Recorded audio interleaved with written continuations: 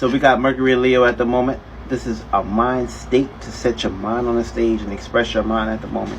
So with Mercury being in Leo at the perspective, we're about to basically be in Leo season. So with that comes into grips, we're about to pretty much end it all for Cancer season. So we're about to pretty much finish the last decons in this perspective. Now when Mercury being in Leo right now, Mercury is all about mind, intellect, communication, analyzing, looking at the details, sharing ideas, and of course, when it's in fire, details and all that other shit, analyzing, all that other shit is out the window. Your focus with Mercury being in Leo is to basically express your mind, express what's on your mind. Feel me? So with that being said, Mercury in Leo is all about setting the stage, having intent, fixated on the vision, fixated on the expression, fixated on the mental process. So your goal is to pretty much go out there, be on stage, express yourself.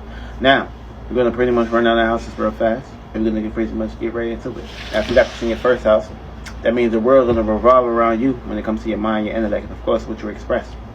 Now watch out. You're going to manifest some opposition when it comes to your relationships and the way you relate, and of course how other people relate towards you. Second house, you're Cancer ascendant, so you pretty much need to put yourself into a situation of expressing what you value, expressing your mind when it comes to your valuing system, your money, your resources, your material, money on my mind.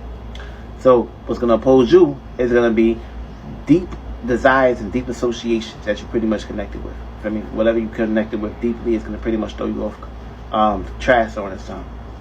Now, if you got to see your third house, you're going to be placed into a circumstance situation of basically sharing your mind, expressing yourself in your environment when it comes to your mind, your intellect. For me, you're a Gemini ascendant. What's going to pretty much take you off tours is going to basically be your ninth house. Experiences dealing with long distance travel, which means your territory and you go into another territory. Other minds may not basically think alike. You may basically hit the opposite. Fourth house, you'll be pretty much expressing what's on your mind when it comes to home, family, privacy, and domestic matters. Now what's going to take you off task is going to be your status and reputation, what you're known for, your business, your goals, your responsibilities, your duties, your obligations. That's going to kind of like take you off task on this time. If you got to see your fifth house, you're going to be pretty much, you're going to be pretty much expressing your ego, your intentions, your passions, your motivations on stage. What's going to take you off tours is going to basically you dealing with the public or public associations. If you got this in your sixth house, you'll be placed into a circumstance situation of basically expressing your mind when it comes to your health, your work, your routines, and your daily basis. So going to oppose you is going to basically be your dreams, your imagination, your fantasies, your seventh house, and you're going to basically be the opposite. You're going to be the opposition. You're going to be basically expressing what's on your mind when it comes to your relationships and the way you relate towards others or how others relate towards you. You could be the opposite. Eighth house, you're going to be placed into a circumstance situation expressing deeply what's on your mind. Now, everything shouldn't be expressed when it comes to Mercury and Leo in the eighth house. Everything got to be expressed. Hold certain things in when it comes to your deeper desire. Now, if you got Mercury and Leo in your eighth house, you're going to have a deeper connection when it comes to expressing your mind on a deeper matter. Feel me?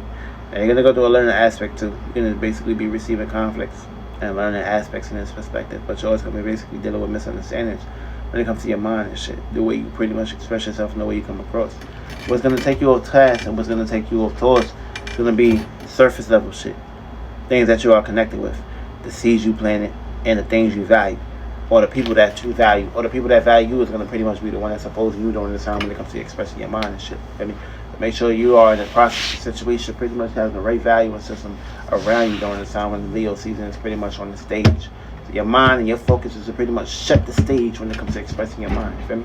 And of course, if you plant the right seeds, with Mercury being in Leo, in your eighth house, you'll be able to actually catch those harvestations from long distance travelers. You basically get on train, on planes, traveling the world, of course, receiving on the harvestation that you pretty much put the time and intent towards.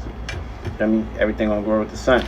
Now, if you got this in your ninth house, you're gonna be placed into a circumstance situation of expressing what's on your mind when it comes to your spirituality, your educations, your way you're learning, the way your beliefs are, and of course the way you express yourself when it comes to your religious aspects.